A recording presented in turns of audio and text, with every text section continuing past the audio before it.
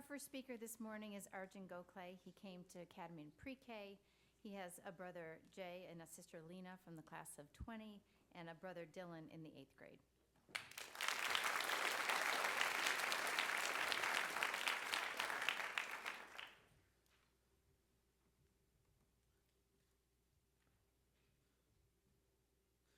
I'm from the small city of Lancaster. Or is it Lancaster? Doesn't matter. It is located in the southern part of Ohio with about 40,000 people, and it is approximately 1 hour away from Columbus. During my lower middle school days, I woke up at 5:30 a.m. We left the house at 6 a.m., adjusting for traffic just to get to school on time. We got home late, especially after sports practices. I would then start on homework, which cut into the time I had to sleep. When I told people at school my schedule, they would usually have questions. That must be so difficult, right? How do you do that every day? I've been considering these questions all my life. Initially, I merely said that I was used to the long commute. From the shocked attitudes of others, I thought living in this unknown town was a setback. Now, I realize that my experiences in Lancaster have proven to be an integral component of my development. Living an hour away from Columbus may seem terrible on the surface. However, the rides in the luxury black Toyota Sienna minivan have enlightened me. People assume that I slept for the duration of the car ride. However, I spent most of the time interacting with my siblings. We would watch movies and play Minecraft together. Some of my most vivid memories stem from those car rides. For one, I still cannot fathom how my sister claimed the front seat over me, and especially over my older brother, Jay. I recall during one of the car rides to school, my babysitter decided to take us to the beloved McDonald's. My younger brother and I ordered something we have never had before, the iced coffee.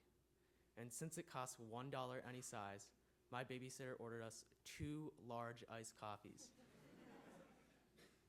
She specifically told us, do not drink all of it. However, within 1 minute, my brother and I were already halfway through the drink. I felt this sudden alertness I had never experienced before, and when I looked over at my brother, he was creepily staring at the wall. This is one of my more traumatic experiences, and I've since stayed away from McDonald's iced coffees. Additionally, one time I was peacefully listening to music through my Red Beats headphones. My brother Jay said, "Let me hear what song you're listening to which I respond, "No." Not happy with my response, he grabbed one out of my headphones and snapped it in half. He didn't even face any consequences, which angered me the most. He still owes me a pair of headphones to this day. But now, not only is he off to college, but so is my sister. I really miss them even more so in those car rides. While these memories may not seem wholesome, they continue to unite my family through laughter.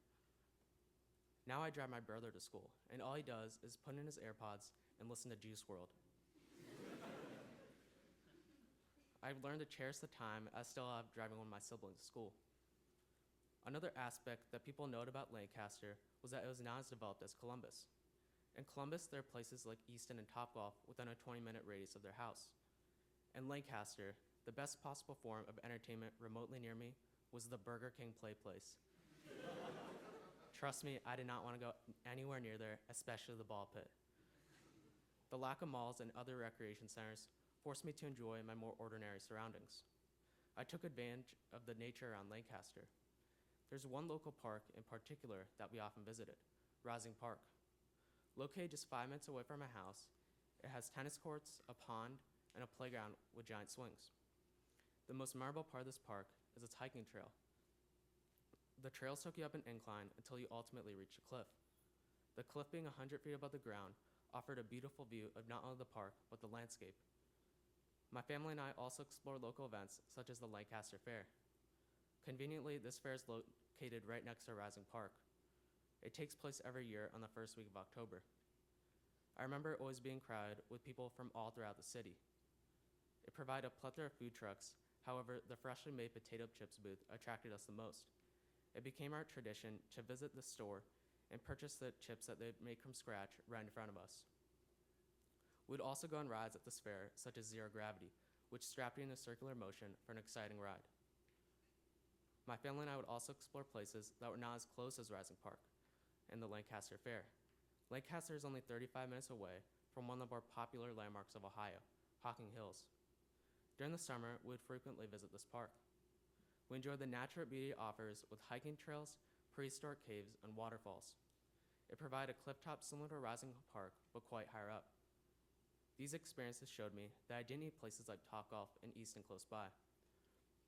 A third problem people have asked me about is why I live in a town known for its cattle farms. The culture of Lancaster is definitely unique. Sure, it's true that people have grown up in a more rural, small-town culture, and Lancaster definitely lacks diversity. Let's just say there's no Patel Brothers Indian grocery store anywhere nearby. However, through personal interactions, I've discovered the down-to-earth nature some individuals possess. One time when I was 10 years old, my siblings and my dad and I went biking outside of our neighborhood and followed our usual trail. As we went further along the trail, I noticed that we were biking onto an unfamiliar path. I wanted to turn around, but my dad insisted that the trail circle back to our house.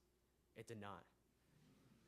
When he noticed this, he began to panic, which made my siblings and I worried.